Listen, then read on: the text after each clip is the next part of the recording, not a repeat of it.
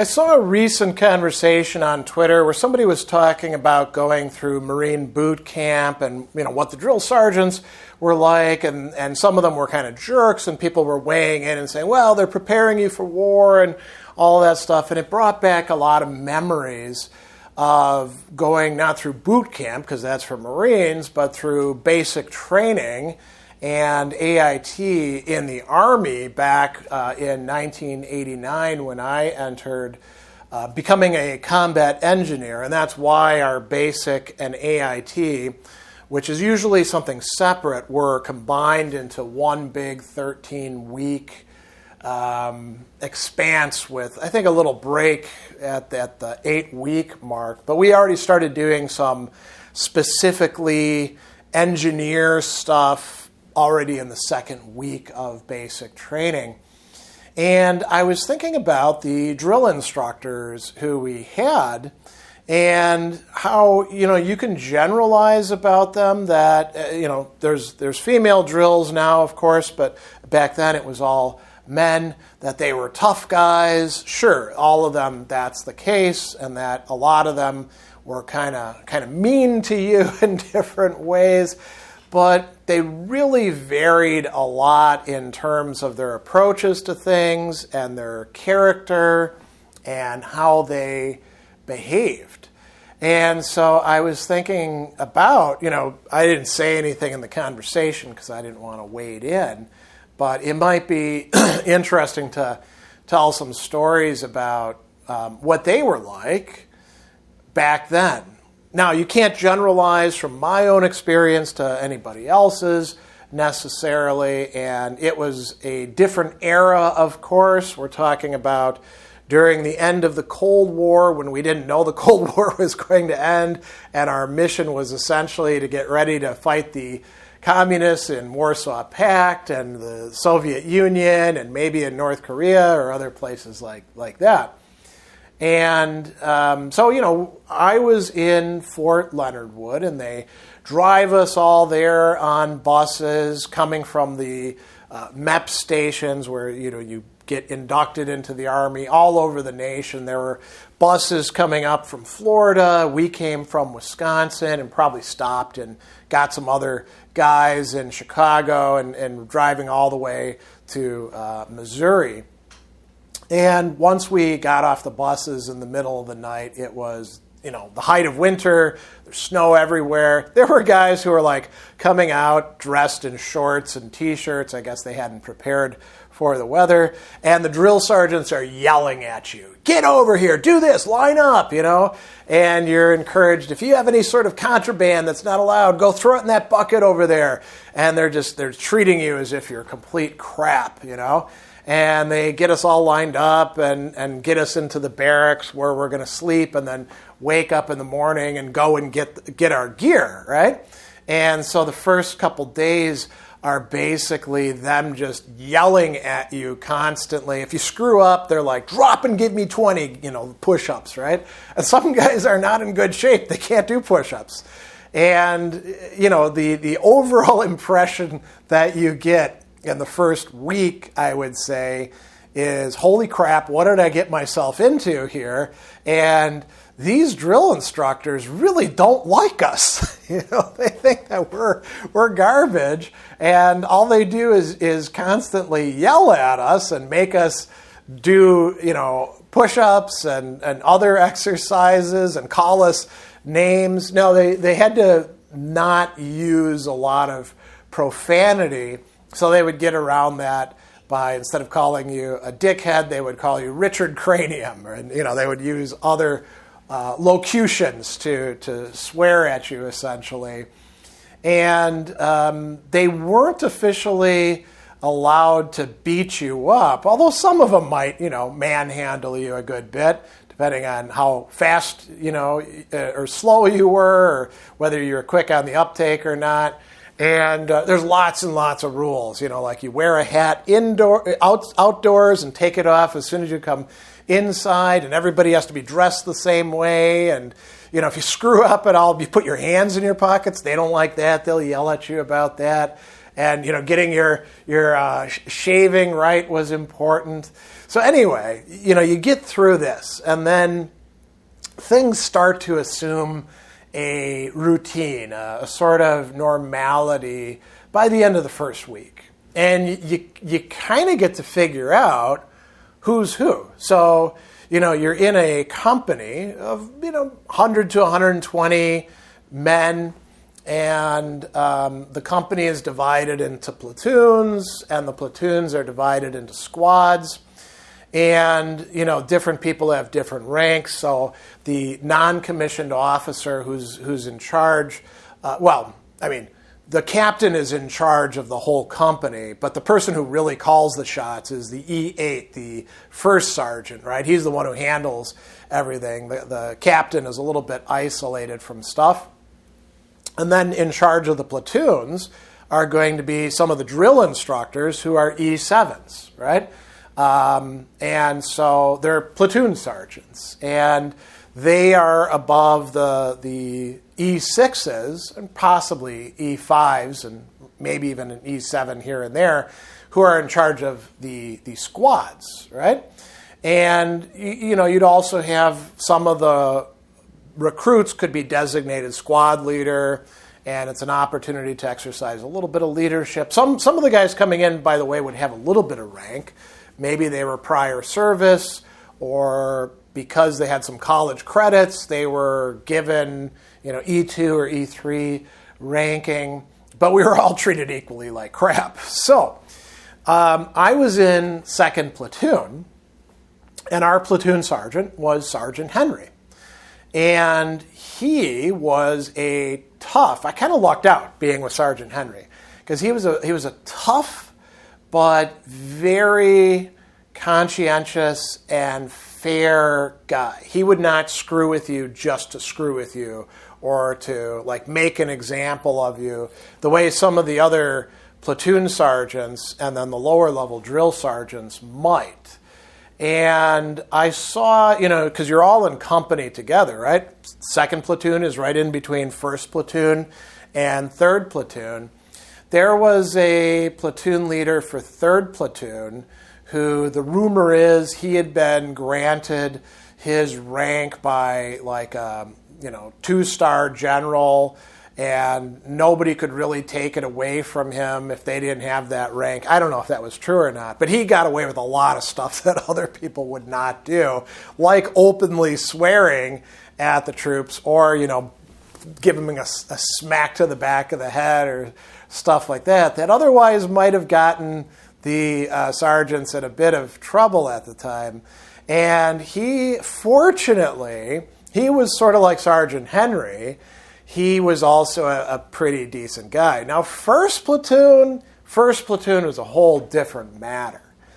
And, the drill instructors seemed kind of sadistic. They were really kind of pricks. And it trickled down. I mean, you can see how leadership works, right? When the platoon sergeant is taking advantage of his position to be arbitrary and unfair and single people out, not because they deserve to be singled out, but just because he wants to get his daily humiliation of somebody in. Well, the sergeants below them, they participate in that as well. So 1st Platoon, in some respects, had it worse than 2nd or 3rd Platoon. But there was a sergeant, what we call a buck sergeant. He only had, his 3 stripes, right? He didn't have a rocker underneath, so he's an E5. And he was a little guy, and his name was Sergeant Hupp. And I don't know what it was about him, but he really enjoyed humiliating soldiers. Well, recruits, because I guess we weren't officially soldiers until we finished basic training and AIT. And he was kind of a jerk, and I would say, seeking out opportunities to punish somebody, to call them names, to make them do, push-ups or jumping jacks or whatever, just for the sake of doing it. And it's interesting because I remember distinctly seeing a clash between him, Hupp, over there in 3rd Platoon, and Sergeant Henry, where I guess Hupp had messed with some of our guys in the 2nd Platoon, and Sergeant Henry walked over, and this is in front of everybody. He walked over to the 3rd Platoon platoon sergeant, and he's like, if you don't get your little rooster in gear. And Hupp was a short little guy who had kind of a high voice. And I remember actually he would be like, hey, hero. That's the way he talked, right? And it was a kind of weird, affected thing. And he did kind of walk around like a little bantam rooster, right? And Henry was like, listen, if you don't get your little rooster in line, I'm going to take action on my own part for my men. It's one thing if you want to let him screw with your guys. That's bad leadership. You should have drawn him in beforehand. But hey, it's your platoon. But if he's going to mess with our guys, he and I are going to square up. And we're like, oh, this should be amazing. Because Henry was big and tough and scary. And we were imagining he'd grab Hupp by the neck and just lift him up or something like that. And it was funny because you could see the other platoon sergeant, he went white, and he was like, oh, I'll take care of it. And then after that, Hupp never messed with anybody from 2nd Platoon again. And we had some pretty decent platoon squad level sergeants. I remember Sergeant Fox, and he was another guy who was quite interesting, very very tough. Did martial arts, had served in Korea for a while, and would hold us to some really rigorous standards. But he would go to bat for you. And if he saw that you were struggling with a task or a concept, or during all the different drills that we were doing, if he saw that you were actually making a good faith effort to wrap your head around the idea or to make something happen, he would actually work with you. And I saw him do that with a couple guys. He did that with me for some things because I wasn't great with some of my let's call them parade movements, And I would ask him questions, and he had intelligent answers. Now, he would sometimes bark them at you, but, all of these drill sergeants, now that you know what they go through, they get we hardly got any sleep, they hardly got any sleep. We're responsible for ourselves and our, weapons that were issued and gear. They're responsible for all of us, for making sure that we don't get hurt, that we're actually progressing, that we don't lose our gas mask, or actually one guy, oh man. So this is a little bit of a digression. We're out there on the range, the rifle range, and we're shooting at targets and stuff like that, and one guy can't get his rifle to fire. And so Sergeant Henry was there, and he's like, let me see that. And he takes the rifle apart right there. And we were always field stripping our rifles and putting them back together. And he figures out that the firing pin is missing. That's a little kind of aluminum thing that's absolutely essential for making the rifle work. And he asks the guy, where the hell's the firing pin? And the guy's like, I don't know, probably back at the barracks from when we were cleaning our rifles, And Henry was pissed. He's like, how in the hell do you lose one of the most essential parts of this piece of machinery here that is absolutely essential to your work as a soldier, right? The guy, of course, didn't have any excuse, but they did find the firing pin eventually. Turned out it was in his pocket in his other BDUs. So anyway, that gives you kind of an idea of what's going on. And they're under a lot of stress. They're supposed to make sure that we get through things. Some of them were great leaders and, I would say rubbed off on us. I don't think we were realizing it at the time. It's not like we were having conversations about what does leadership consist in and who's a good leader as an example of this. But we were, paying attention to it. And then there were the people who were bad leaders, who were using their position to work out their own insecurities like Sergeant Hupp was, or who were kind of lazy and given to just putting in the minimal amount and taking advantage of their position. And that showed you, well, you can get away with that once you get the rank in the Army. And I'm going to tell you one other thing to sort of like bring this to a close.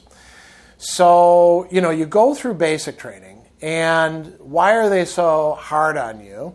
Well, because you're learning a lot of stuff that's going to hopefully keep you alive in the modern battlefield. And there's a lot to learn, nuclear, biological, chemical training, all the medical stuff that may apply to you or may apply to your comrades if they get shot or, break a leg or something like that, how to use your weapons effectively, small unit tactics, communication, maintenance on things. All of these things are really centrally important, and they have to be drilled into you. Sometimes people will say, well, in basic training, they're going to break you down to nothing and build you up again. And they're trying to break you of certain habits, but they're not trying to break you down into nothing. They're trying to work with you so as to turn you into somebody who can survive along with the other people next to them in really scary situations. And I think that, they probably were doing the best that they can. I'm thinking back to it, and I'm now 55 years old. I'm way older than these people who we thought were old guys who are probably, in their late 20s, early 30s, maybe a few of them were late 30s, who were running this show. So it's it's very interesting to reminisce about. And yeah, the basic training, boot camp, whatever you're going through is pretty tough, and they have to be tough on you. But now that I look back on it with some, some, let's call it, capacity for reflection of my own through getting older and maturing, I think I see these guys in somewhat of a different light than I did at the time. The last thing I'll say, so this is what I wanted to bring up. When we're going through all of this, there were some guys who'd be like, well, this really sucks. These people are mean to us. When I'm in charge of troops, I'm never going to be like Sergeant Hupp, right? And that's good, right? Because you don't want to be a Sergeant Hupp. And then there were others who are like, man, I can't wait until I get rank myself so I can start grinding people down into the dust and treating them like crap, And you're like, well, I don't want that guy to get rank because he's going to be a bad guy. And then there were the ones who were like, well, I think I'm getting an idea about what's going on here in this training, and maybe it won't be like this when we get to our regular duty stations. And it did change over time. By the time that we were close to the end, they were treating us, at least the good sergeants, in ways that conveyed a sort of grudging respect that had been earned. And so that's what I want to close on, some reminiscences on my part about my own experience with drill instructors during basic training many, many years ago.